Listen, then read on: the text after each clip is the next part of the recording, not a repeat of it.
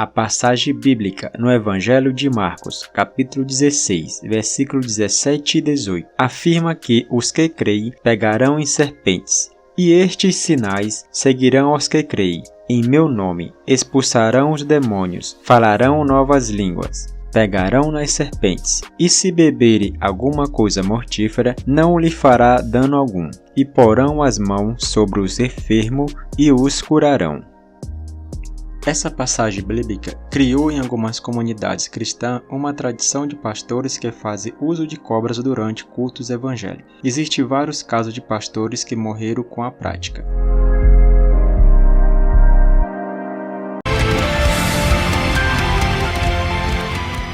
Mark Olfort, de 44 anos, morreu em culto evangélico quando pregava a palavra de Deus com uma cobra cascavel que ele tinha como bicho de estimação. Não foi a primeira vez que algo do tipo aconteceu na igreja do Senhor Jesus, onde Mark pregava. O pai dele, também pastor, morreu ao ser mordido por uma serpente.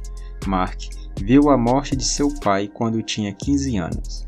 A prática de manusear cobras simboliza a confiança do homem em Deus e foi inserida nos cultos de igreja do sul dos Estados Unidos no início do século XX.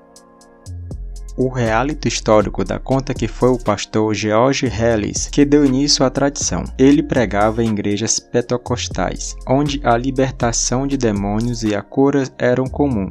Ele passou então a pregar com as serpentes, já que na região onde ele vivia essa prática é comum. Ele começou a usar uma cascavel que levava para o templo em uma caixa. Nos finais de suas mensagens, ela era passada de mão em mão entre os fiéis. Em pouco tempo, outros pregadores também adotaram a prática, levando cobras venenosas para a igreja e desafiando os membros a segurá-las como demonstração de fé.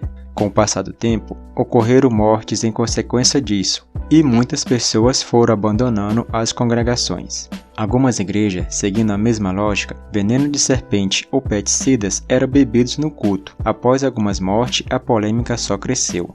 Quando são picados por essas serpentes, os pastores costumam recusar assistência médica por acreditarem que a fé os torna imunes ao veneno. Apesar de vários casos de pastores que morreram durante essa prática, novos pastores têm renovado a tradição e a mantido viva nos Estados Unidos. Os pastores manipuladores de serpentes mais velhos normalmente se mantinham cautelosos quanto à prática, que já era considerada ilegal, mas, hoje em dia, os novos pastores usam até as redes sociais para chamar visitantes para a igreja e promover sua forma de culto.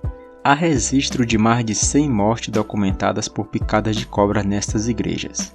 James Code, estrela do reality show Snake Salvation, do canal National Geographic, que fala sobre pastores que manipulam serpente, faleceu em 15 de fevereiro de 2014 em sua casa, após se recusar a receber o tratamento médico depois de ser picado por uma cobra em um culto. Seu filho, Cody Coates, também foi mordido por uma serpente durante um sermão. Cody pediu à sua congregação que o levasse ao topo da montanha, onde Deus julgaria se ele viveria ou morreria. No entanto, um seguidor desafiou seu pedido e levou para um hospital, onde os médicos disseram que a mordida da cobra esteve perto de cortar a artéria temporal, o que certamente o mataria. Certamente, esses pastores têm uma interpretação errada do versículo da Bíblia. Na verdade, eles apenas estão testando Deus, até em que ponto o Senhor pode ajudá-lo. No momento em que eles usam essas serpentes, querem colocar à prova que Deus está com eles, o que se faz contrário à palavra na Bíblia,